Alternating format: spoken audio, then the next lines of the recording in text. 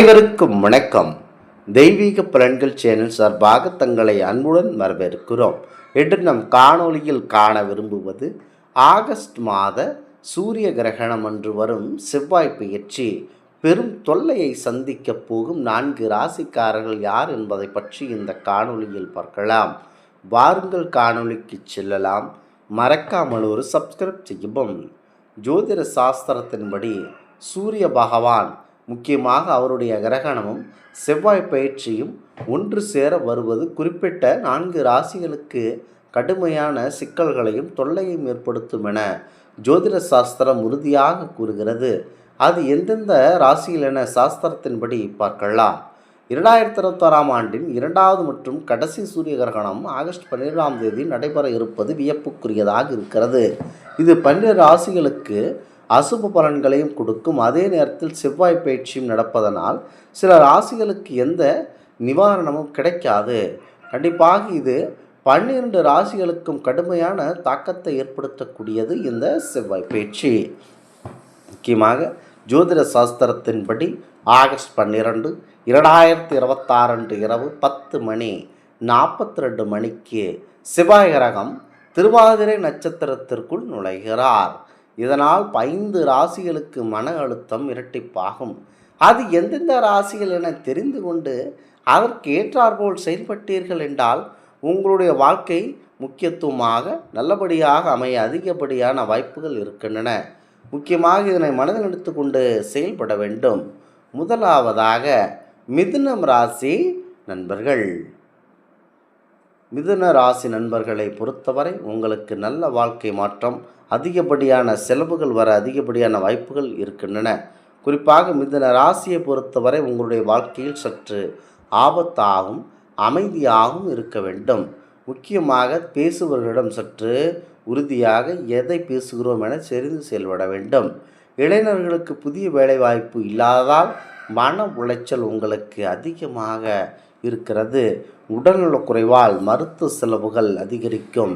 இதனால் பணம் இல்லாமல் குடும்பத்தில் எண்ணற்ற சிக்கல்கள், கவலைகள், அடுத்ததாக சண்டை சச்சரவுகள் ஏற்பட வாய்ப்புள்ளது.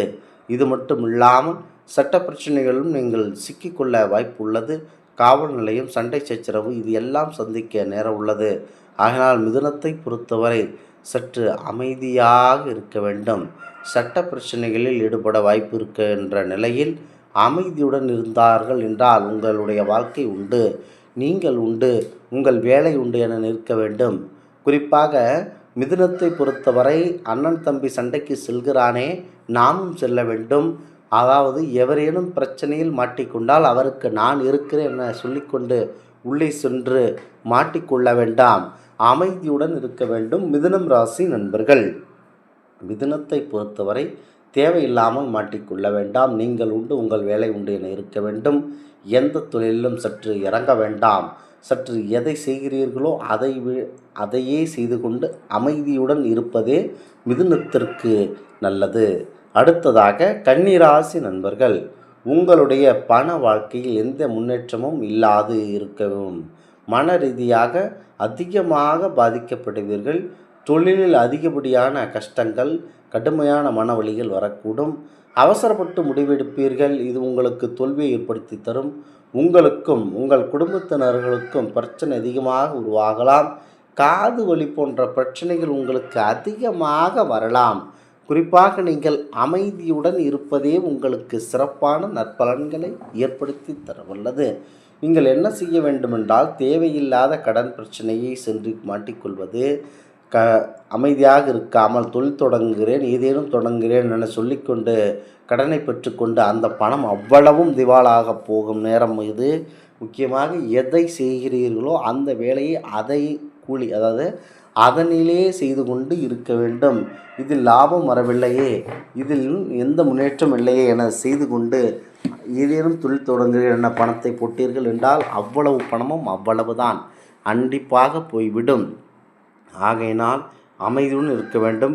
குடும்ப பிரச்சனைகளுக்காக உங்கள் சகோதரனோ அண்ணனோ தேவையில்லாமல் வம்பு வழக்குகள் சென்று கொண்டிருந்தான் என்றால், அண்ணன் மாட்டிக்கொண்டானே, அண்ணனை அடிக்கிறார்களே என செய்து இருந்து கொண்டு, அதாவது அவனை அடிக்கிறார்களே என நினைத்து கொண்டு நீங்களும் அந்த பிரச்சனையில் சென்று மாட்டிக்கொள்ள வேண்டாம். குடும்பத்தினரிடையே ஏகப்பட்ட பிரச்சனைகள் வரக்கூடிய நேரமாக இருக்கிறது. ஆகவேனால் அமைதியுடன் இருக்க வேண்டும். அடுத்ததாக தனுசு ராசி நண்பர்கள், கூட்டாண்மையில் புதிய தொழில் தொடங்குவது நல்லதல்ல. அதாவது நண்பர்கள், உறவினர்கள் ஏதேனும் சேர்ந்து கொண்டு நீங்கள் ஒன்று சேர்ந்து பார்ட்னர்களாக தொழில் தொடங்க வேண்டாம். உங்கள் பார்ட்னர் உங்களுக்கு துரோகம் செய்ய அதிகப்படியான வாய்ப்புகள் இருக்கின்றன. முதலீடுகள் இரட்டிப்பு நிதி இழப்பு ஏற்படக்கூடும். எதில் நீங்கள் தொழிலில் தேவையில்லாமல் வட்டிக்கு பணம் கொடுக்கிறேன், இந்த கடையை வாடகைக்கு எடுக்கிறேன், இந்த பணத்தை நான் உனக்கு தருகிறேன், நீ எனக்கு குறிப்பிட்ட காலத்திற்குள் எந்த ஒரு கையெழுத்தும் வேண்டாம், நம்பிக்கை அடிப்படையில் உனக்கு பணம் தருகிறேன் என கூறிக்கொண்டு தேவையில்லாத நிதி இழப்புகளில் மாட்டிக்கொண்டீர்கள் என்றால் அவ்வளவுதான். நீங்கள் வாழ்க்கை முழுதும் கடனாளியாக கூடிய வாய்ப்பு இருக்கிறது. சமூக நலனுக்காக உழைப்பவர்கள் தங்கள் பெருக்கத்திற்கு கலக்கங்கள் ஏற்பட வாய்ப்பு உள்ளது. நீங்கள் உண்டு, உங்கள் வேலை உண்டு என அமைதியாக இருந்தீர்கள் என்றால் உங்களுடைய வாழ்க்கை பிரகாசிக்கும். அடுத்ததாக மகரம் ராசி நண்பர்கள், மற்றவர்களுடைய ஆலோசனையின் பேரில் புதிய முதலீடு செய்வது நல்லதல்ல. உங்கள் பணத்தை எல்லாம் இழக்க நேரிடும். அக்கம் பக்கத்தினருடன் சண்டை சச்சரவு அதிகமாக வரலாம். வயதானவர்களுக்கு உடல் நலத்தில் பெரிய முன்னேற்றம் கண்டிப்பாக இருக்காது. கண்டிப்பாக நீங்கள் மற்றவர்களுடைய ஆலோசனையின் பேரில் நடப்பதே உங்களுக்கு சிறப்பான நற்பலன்களை ஏற்படுத்தி கொடுக்கும். தேவையில்லாத சண்டை சச்சரவுகளில் ஈடுபடுவது, தேவையில்லாத நபர்களிடம் வாக்குவாதத்தில் ஈடுபடுவது, பழைய பிரச்சனைகள் நினைத்து கொண்டு அவரை பழிவாங்கச் செல்வது, இது எல்லாம் இதற்கான காலகட்டம் அல்ல. முக்கியமாக அமைதியுடனே இருக்க வேண்டும். இந்த ஆன்மீக தகவல் உங்களுக்கு பிடித்து இருந்தால் தெய்வீக பலன்கள் சேனலை கண்டிப்பாக சப்ஸ்கிரைப் செய்து கொள்ளவும். மீண்டும் ஒரு நல்லதொரு காணொலியில் உங்களை சந்திக்கிறோம். நன்றி, வணக்கம்.